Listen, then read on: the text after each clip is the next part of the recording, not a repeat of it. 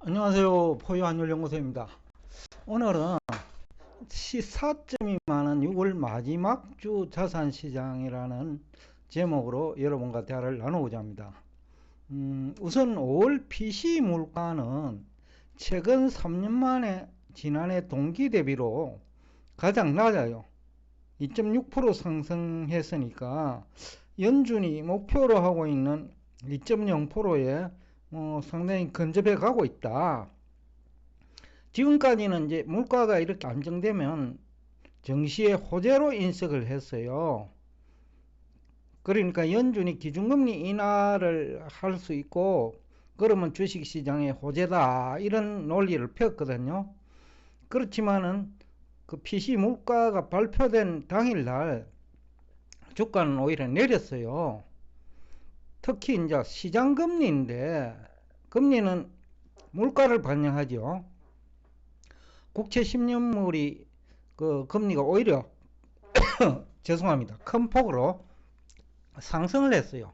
물가가 안정되면 금리가 이제 낮아지는 게 일반적인데 6월 마지막 주는 금리가 오히려 상승을 했어요. 물가는 안정되는데. 그리고 나스닥 100 지수가 6월 말 종가로는 지난 주말 대비 보합이지만은 이 PC 물가가 발표된 날 기준으로 하면 내렸단 말이죠. 그러니까 지금까지 그 시장과는 좀 다른 양상을 보이고 있다라는 것이 조금 다른 시사점이죠. 이것이 이제 무엇을 의미하느냐를 두고 여러 가지 해석은 있어요. 일부 전문가들은 최근에 이제 바이든 후보죠. 이제는 다음 대선을 놓고 이제 후보인데 그 트럼프 후보가 그 TV 토론이라 할까요? 토론에서 조금 패배하는 모습이거든요. 토론에서 지고 있다. 그런데 트럼프가 그 앞으로 중국에 대해서 수입 물품 관세율 인상하겠다는 거거든요. 그러면 미국 소비자들 입장에서는 물가가 올라가는 거예요. 관세율 인상한 만큼 이것을 반영하고 있지 않느냐라는 얘기도 있어요. 근데 지금 대통령 선거가 11월 둘째 주 화요일인가 그럴 거예요. 그러면 그때까지 시간이 많아요. 아직까지. 그까지 반영된 거냐? 과연 시장이 트럼프 당선까지 상정한 금리 그 상승이냐? 이것은 조금 의문이 있어요. 아니면 올 물가는 낮지만 올까지 그 특히 그 유가가 많이 내렸거든요. 올 중에 70 한 2불까지 내렸을 거예요. 근데 6월 말은 81불로 끝났거든요. 그러니까 한 10% 이상 유가가 오르니까 또 주택 가격은 0.4% 정도씩 오르더라고요. 최근 한 3개월을 보면. 그렇다고 하면 주택 가격이 하락하지 않는다면, 왜냐면 가중치가 큰 게 주택하고 석유거든요. 그 두 개만 놓고 보면 대충 이제 어느 정도 전체 물가 지수는 알 수가 있는데, 6월 물가는 또 올만큼 좋지 않을 수 있거든요. 그런 걸 반영했을 수도 있다. 또 아니면 지난 1분기 성장률이 당초에는 1.35로 예상을 했죠. 속보치가. 그런데 최근에 이제 수정치 내지는 잠정치라고 볼 수 있는데 그것은 또 1.4%니까 더 개선되었어요. 그러면 일반적으로 그런 경우에도 주가가 올라요. 그럼에도 불구하고 주가가 못 오르고 있다는 것도 6월 마지막 주 증시죠. 그리고 2분기 실적은 아직 나오지는 않았지만은 포유환율연구소가 그 1분기 1.4% 성장한 것과 비교해가 보면, 왜냐하면 지난해 4분기가 성장률이 너무 높아 가지고 원래 1분기는 상대적으로 낮아졌는데 그럼에도 불구하고 1.4% 성장을 했는데 주로 3월에 소비 판매가 많았다는 거죠. 특히 내구재 쪽은 1, 2월은 거의 안 팔리거든요. 왜냐하면 연말에 할인 행사하기 때문에 자동차도 할인, TV 등 냉장고도 할인. 그러다 보니까 연말에 소비를 많이 하고 내구재는. 근데 1, 2월에는 내구재 소비가 거의 없는데 그 3월부터는 또 조금씩 증가하거든요. 그런 측면에서 보면 4월, 5월, 6월도 1, 2월 대비해가지고는 좋다라는 거죠. 그리고 그 소비도 전월 대비거든요. 전월 대비. 그런 식으로 그 나오기 때문에 뭐 2% 초반 내지는 중반은 노리라고 봐요. 그렇다고 하면 주가가 좀 올라야 되는데 또 그 물가 이 부분을 해석을 어떻게 하는지는 모르겠는데 다음에 물가가 좀 오른다고 보면 쉽게 하면 6월 달에 물가가 좀 오른다고 보면 조금 지금까지 시장 분위기와 비교해 보면 주가가 부합도 문제는 없다. 그런데 이제 하반기가 이제 문제인데 주가는 보통 3개월, 6개월을 선반영하지요.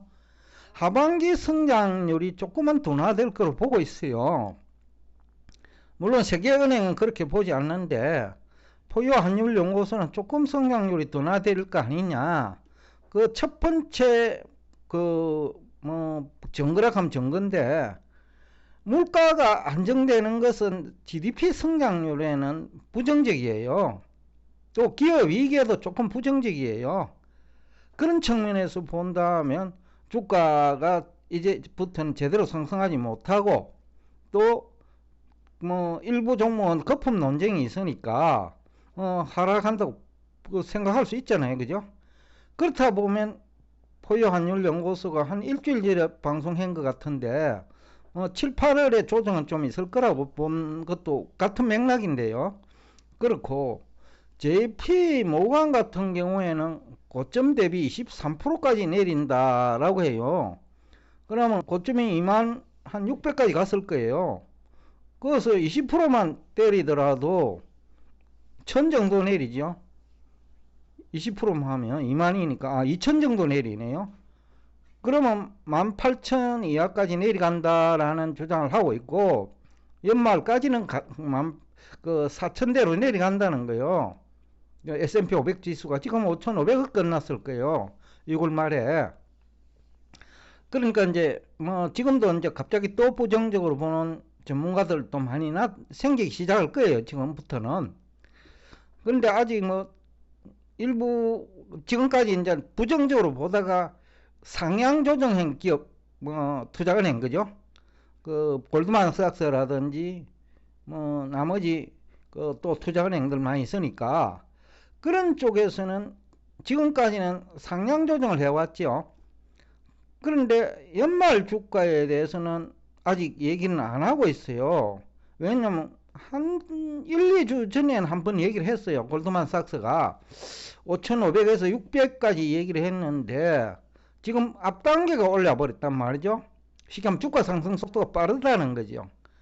그래서 포유 환율 연구소가 7, 8월에 조정은 좀 있을 거라고 생각하고 있는데 어느 정도인지는 지금 제가 그 7월 그 세미나에 대비해가 자료 조사를 하고 있으니까 여러 각도에서 봐야 될 거예요. 금리 문제도 물론 당연히 봐야 되겠지만 성장률도 봐야 되겠지만 GDP 규모도 봐야 돼요. 마이너스 성장을 할 때와 플러스 성장할 때 다르고 플러스 성장도 2% 이하일 때와 2% 이상일 때 다르고 지금 일부 종목은 거품 논쟁이 있기 때문에 조정은 7, 8월 있다고 봅니다. 그래서 어느 정도 조정을 받을 것인지는 지금 자료를 조사하고 있으니까 그때 제가 구체적으로 얘기를 드리겠습니다. 다만 지금까지 어느 정도 조사한 바에 의하면 우리 국내 경제 전문가들 아니면 미국의 한 98% 경제 전문가들의 시각하고는 좀 차이가 나요. 제가 조사한 자료도. 그러니까 지금 유튜브 공간에서 다수가 얘기하는, 그러니까 98%가 얘기하는 시나리오 대는 가지 않을 거라고 지금 생각하고 있어요. 그 다음에 이제 달러 인덱스인데 지금 6월 말로 105.5 안팎에서 끝났을 거예요.